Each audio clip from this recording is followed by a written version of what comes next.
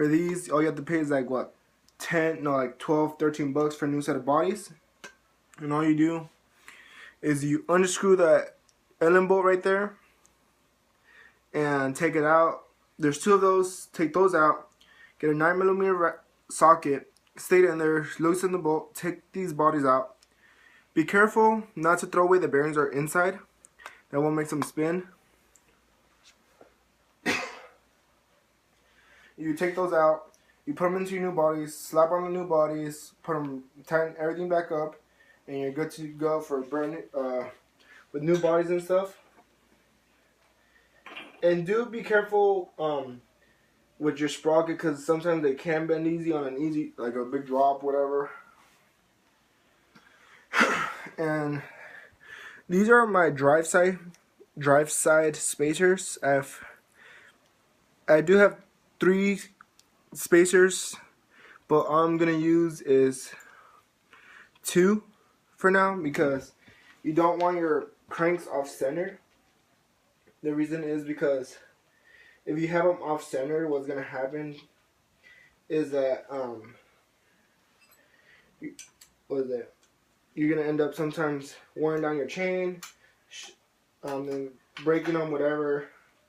So a good thing is just keep them like a good width on them. And let's see. Okay.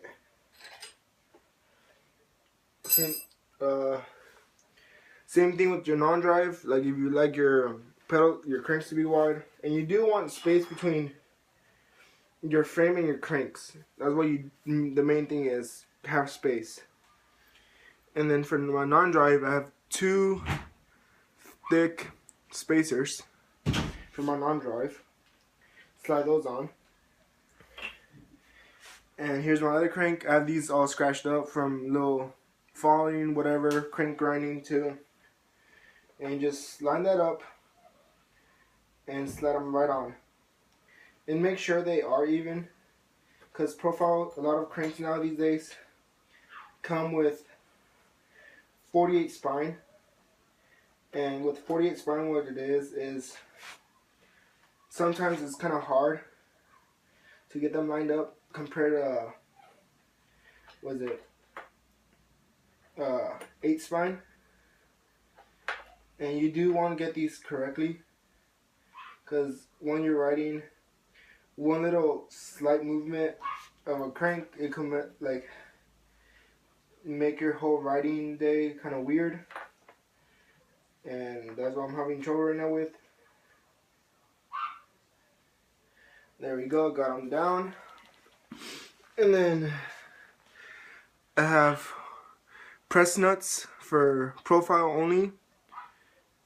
And that's what you do want. You don't want to get other brands, especially for profile cranks, because they will get messed up on profile cranks. And you just want to put a tiny bit of grease.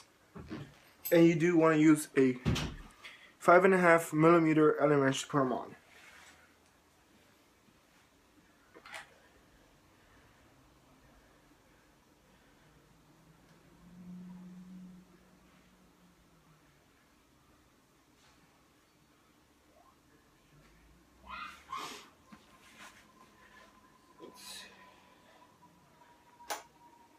Okay. And here comes the other one.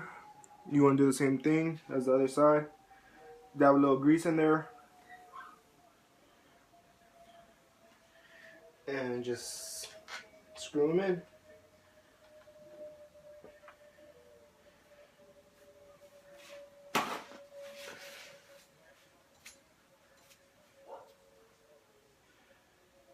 And you don't want it too tight right away, because you're going to end up going back, adjusting your sprocket, trying to get it straight and everything.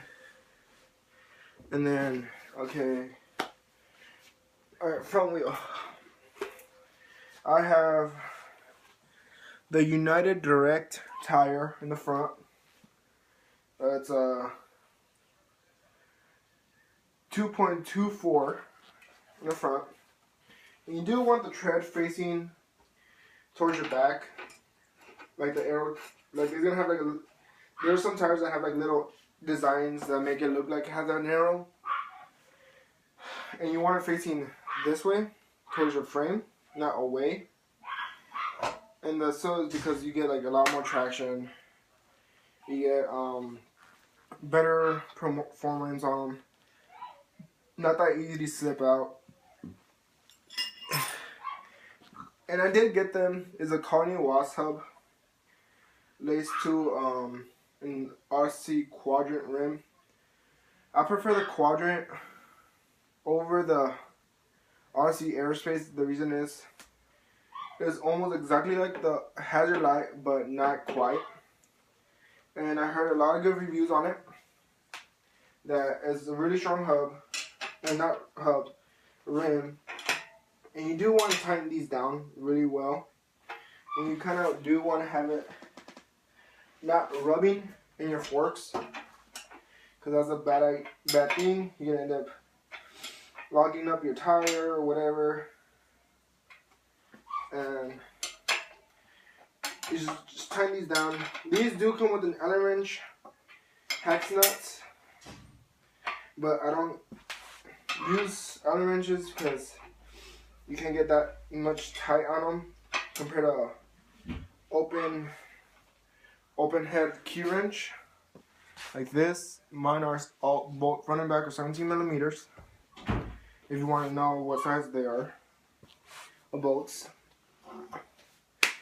Let's see. I have a same thing in the back. I have a United Direct tire, 2.30 on the back. Same thing. I have a Odyssey Quadrant hub rim laced to the Carney Wasp hub rear hub. Female 9-tooth driver. And I do ride right hand. Hold on, give me a sec. I do right hand drive. It's up to you if you want to get left hand or right. It's up to you. I do recommend the Carney Wasp hubs out of a lot of hubs, is because the reason is a lot of pro riders ride them. I have a friend that rides for Monster, I think, and Focus. He rides them. I have another friend that rides for Roaring Lions. He has it. I heard a lot of good reviews on them, so yeah, I recommend the Carney Wasp hubs in general. They're like the best hubs. They're better than the Profile Mini. Even though Profile Minis are like, what, 2/10 just for the hub. The rear hub is like 150, I think. Yeah, like 150. The hub's like, the front one's like 80, so you're pretty much like $200 right there. Just on my custom wheel sets, I ended up spending like what, $330 on them after labor, spokes and everything. I got my back one off Dance. I was gonna order mine off my front one off Dance also, but they had a back order on the front hubs, and so I just ended up ordering mine off Albies BMX. They do have a great selection on hubs also, but not as big as Dance. So now moving on to the chain. I have a nickel plated KMC chain with massive, whoops, sorry about that. I ended up dropping my phone, and I'm surprised it didn't crack it. And then we'll go and let's put this on.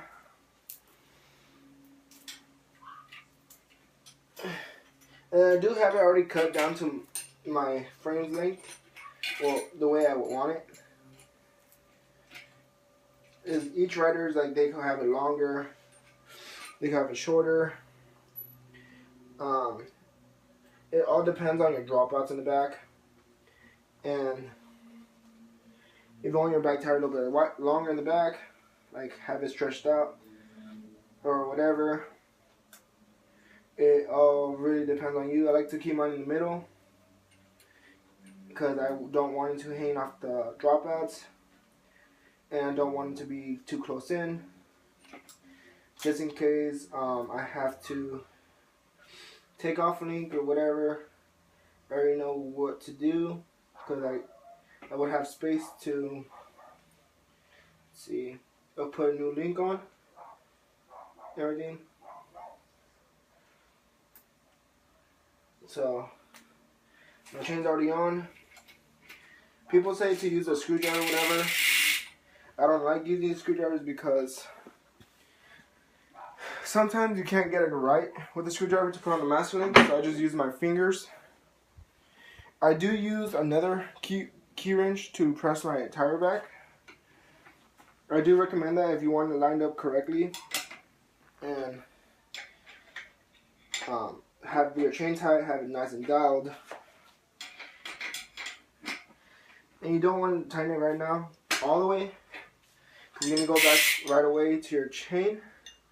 See if it's evened out. And since mine's even out already, I'm going to go ahead and tighten down my sprocket bolt to my crank. So I get it. There we go. And then you go back to tightening down your cranks. There is 2 types of cranks. Well, 3 types for BMX. You have a 2-piece crank. You have a 3-piece crank. There are 3-piece pressed on. And then you have a 3-piece pinch cranks. The ones are pinch cranks are what is, instead of mine are like all, like you press them on, whatever, they just slide on and you need 1 bolt only. With the press cranks, pinch bolts, there's a little cut opening on top of the crank, and then there's another bolt right there to clamp them down so they won't move on you. I don't have those is because the reason is I think it adds a little bit of extra weight to my bike, and sometimes I just don't. I like keeping my bike already a certain weight. To be exact, I have mine like at 24 pounds flat already. So let's see.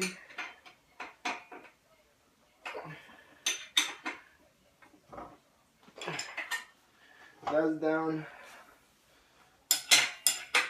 And after you get everything down, you can start cranking down your bolts. Don't use like an impact wrench to the point that you can't use your key wrench to loosen them. All you want is a good size open side key wrench to tighten them down. And tighten them down to your specific strength. Don't let your friends do it if they're gonna tighten it down too much, because sometimes you're gonna end up not be able to take them off by yourself. You're gonna end up having them to come over and do it for you. Oh yeah, and then now you go back to, let's see if I can find my 6mm wrench. Let's see if I can find it real quick. And I did find it. It was under my dirt rag. And you do want, it depends on the rider, if you want it straight down or somewhat slanted back. I keep mine slanted back so when I like cruise or land, whatever, I have the extra space.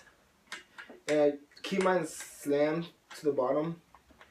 Same thing for space. See if I can find the bolt again. Nope, that's not the bolt. Ow. My bar just ended up smacking me in the face.